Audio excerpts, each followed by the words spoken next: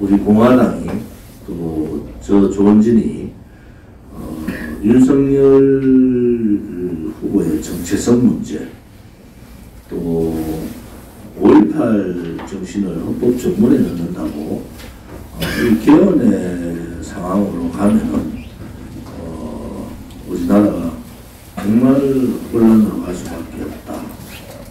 이런 우려를 여러 가지 얘기를 했고, 그들이 아무튼 개헌 정부에 들어가면은 윤석열 후보를 에워싸고 있는 소위 말하는 탄핵 세력들, 본부장급 이상 탄핵 세력들이 대부분 다른데, 그들이 박근혜 대통령을 거짓 불법 탄핵할 때 내각제를 해야 된다는 내각제 가닥입니다. 아니나 다를까 김종인 총괄선대위원장이, 국민의힘 총괄선대위원장이 총괄선대위원장 임명에 그렇게 자유우파 국민들을 아프게 하고, 이준석 같은 사람이 자유우파 국민들이 초유의 국민의힘 당원들에 의한 탄핵 움직임이 있는 상황까지 왔는데, 그들이 총괄선대위에 들어오자마자 이틀 만에 연합뉴스하고의 인터뷰에서 그들의 속내를 드러냈습니다. 윤석열이 정권을 잡으면은 정계 개편을 하고 민주통합정부를 만들겠다. 민주통합정부라는 표현을 왜 썼을까요? 정계 개편은 다름 아닌 내각제나 이원 집정부제 개편입니다. 이원 집정부제라는 얘기가 좀 복잡해서 우리가 내각제 개헌 반대 이렇게 얘기하지만은 그들은 이원 집정부제, 지금 대통령은 대통령 역할만, 저희 국방안보, 외교 국방안보만 맡고 나머지는 좌파들하고 야합을 통해서 좌파들하고 공동정부를 만들겠다는 겁니다.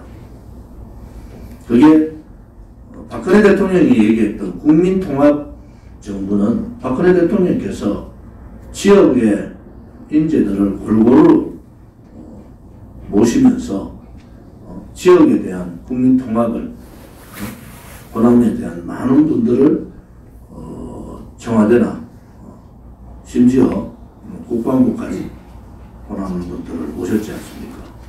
박근혜 대통령이 했던 국민통합은 그야말로 국민을 하나로 만드는 통합인데, 김종인 영감이 얘기했는 민주통합정부라는 것은 소위 윤석열이 대통령 되더라도 더불어민주당하고 손잡고 야합을 통해서 이원집정부제 개헌을 하고 그들과의 공통정부를 만들겠다는 겁니다. 이 얼마나 무서운 음모입니까?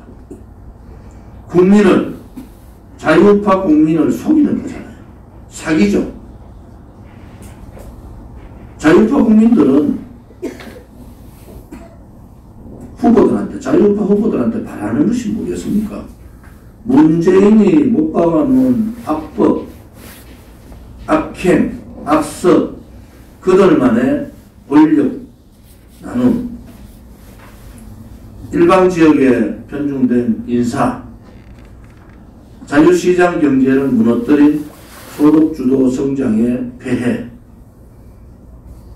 또 자유민주 체제를 침탈하기 위한 한미동맹 훼손과 북한에 대한 불종적 외교, 중국에 대한 소위 대한민국 주권을 건드려버린 산불정책, 판문점 선언, 9.19 군사합의, 이런 것을 다 폐기하고 제자리로 다시 돌려놓으라는 것이 소위 말하는 우리 자유우파 국민들의 바람 아닙니까? 이러한 바람과는 전혀 다르게 민주당하고 민주통합정부를 만들겠다. 그것도 정계 개편을 통해서. 그 말 자체도 굉장히 국민을 속이는 거잖아요. 지금의 정계 개편은 대통령제를 내각제나 이원집정부제로 하는 것이 정계 개편입니다. 이원집정부제 통해서 윤석열이 정권 잡더라도 대통령직만 해라. 총리는 좌파들한테 주고 장관 나눠먹고 마르고 닳도록 소위 박근혜 대통령 탄핵파들이 마르고 닳도록 권력 나눠먹게 하겠다.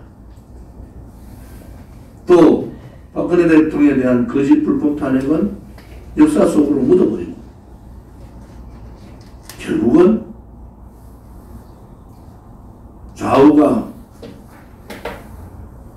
연대를 하든 연합을 하든 그 결과는 좌파의 승리로 가는 겁니다.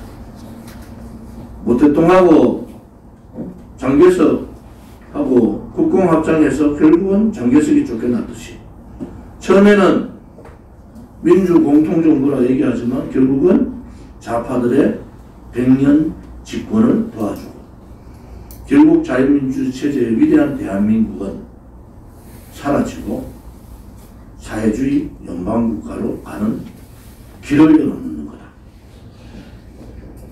그들이 일으켰던 권력 게이트, 또 그들이 행했던 국정농단, 사법농단, 또 상권분립을 붕괴시킨 소위 헌법농단, 이러한 부분들을 여야 야합을 통해서 이러한 부분에 대한 처단을 하지 않고 묻고 정치하는 놈들끼리 모여가지고 권력 나눠먹겠다. 김종인 영감의 이념은 그런 거예요. 좌에도 갔다 우에도 갔다 왔다 갔다 하는 것은 바로 그런 의미입니다.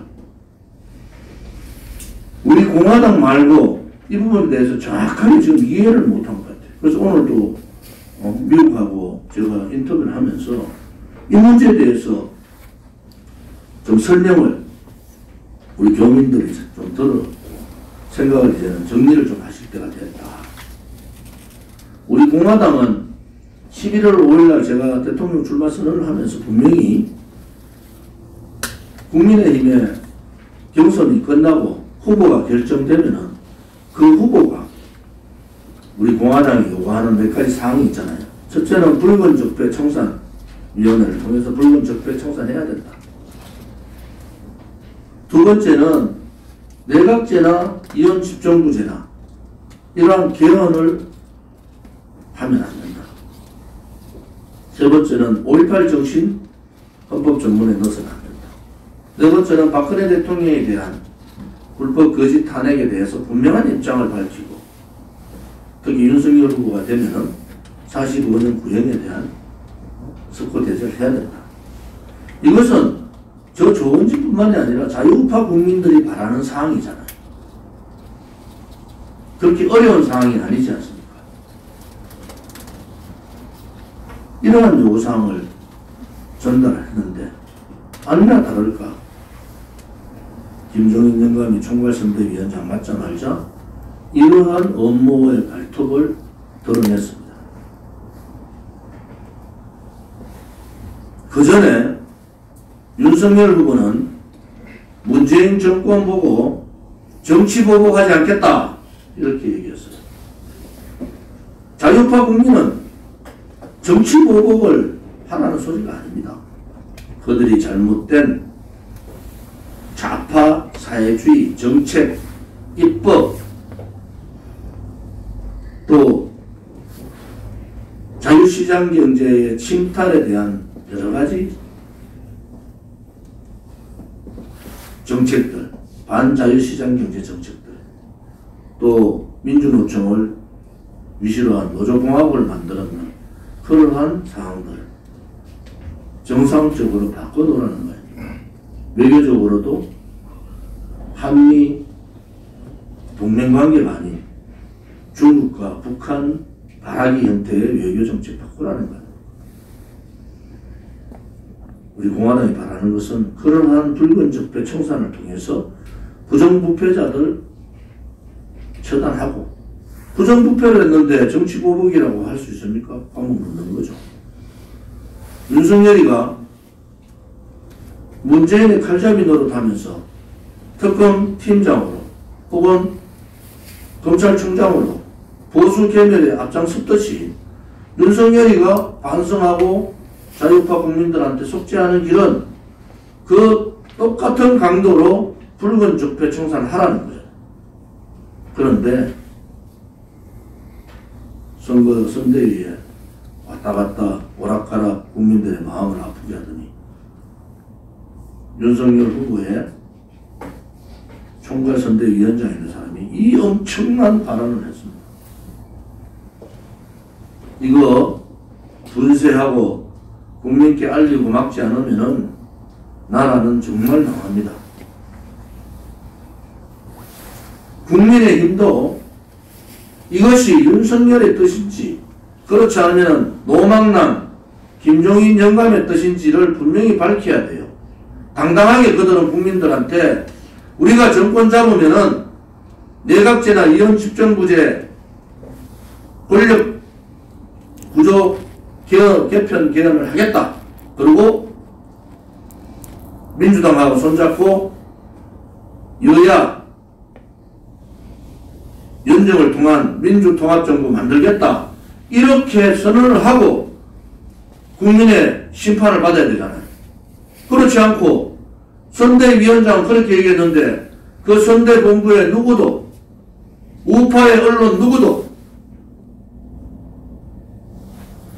그 문제에 대해서 얘기를 안 하는 것은 이것은 대한민국에 대한 제2의 탄핵입니다. 박근혜 대통령의 탄핵이 박근혜 대통령 개인의 탄핵이 아니고 자유민주주의 체제에 대한 탄핵이고 자유우파 국민에 대한 탄핵이고 위대한 자유우파 역사에 대한 탄핵이듯이 김종인 영감의 이런 망언은 제2의 탄핵입니다. 사기죠. 이 부분에 대해서 우리 공화당은 좀 더 강력한 투쟁을 해야 됩니다. 그 투쟁은 많은 사람들이 모여야 됩니다. 혹자들은 지금 대통령 선거에서 집회만 해서 되느냐는 사람도 있습니다. 그 공견도 제가 잘 받아들이고 있어요. 어느 후보보다도 많이 사람을 만나고 지방순회도 하고 우리 공화당 그렇게 갈 겁니다. 그런데 집회 또한 우리 공화당의 중대한 선거 전략 중에 하나다. 지금 5년간 투쟁했던 우리 공화당을 지지하는 자유우파 동지들이 이제 남은 오늘 D-86일이잖아요. 이 86일 동안 다 쏟아부어야 된다. 지금 집회를 해야 될 게 원리 그러니 그게 아니잖아요. 지도부가 또 선대본부가 그렇게 결정을 하면은 조금의 이견이 있더라도 선대본부를 믿고 같이 해주시는 것이 그것이 당원으로서 또는 자유우파 동지로서 5년간 문재인 좌파 독재 정권과 또 무능한 국힘당과 싸웠던 우리 동지들의 전열 분열을 하지 않는 것 아니겠습니까? 지금은 하나로의 뜻을 모아서 하나로 가야 됩니다. 여러 가지 고언이나 여러 가지 의견들은 제가 면밀히 검토하고 그 고견들을 하나하나 저 나름대로 잘 보고 저희들 선거 전략에 반영을 하고 있습니다. 아무튼 우리 공화당이 가고자 하는 길은 조은진 개인의 영광이나 우리 공화당이 우선 영광을 위해서 하는 건 아닙니다. 우리가 예상했던 대로 제가 사실은 예측을 잘 안 하려고 그래요. 너무나 맞아들였어.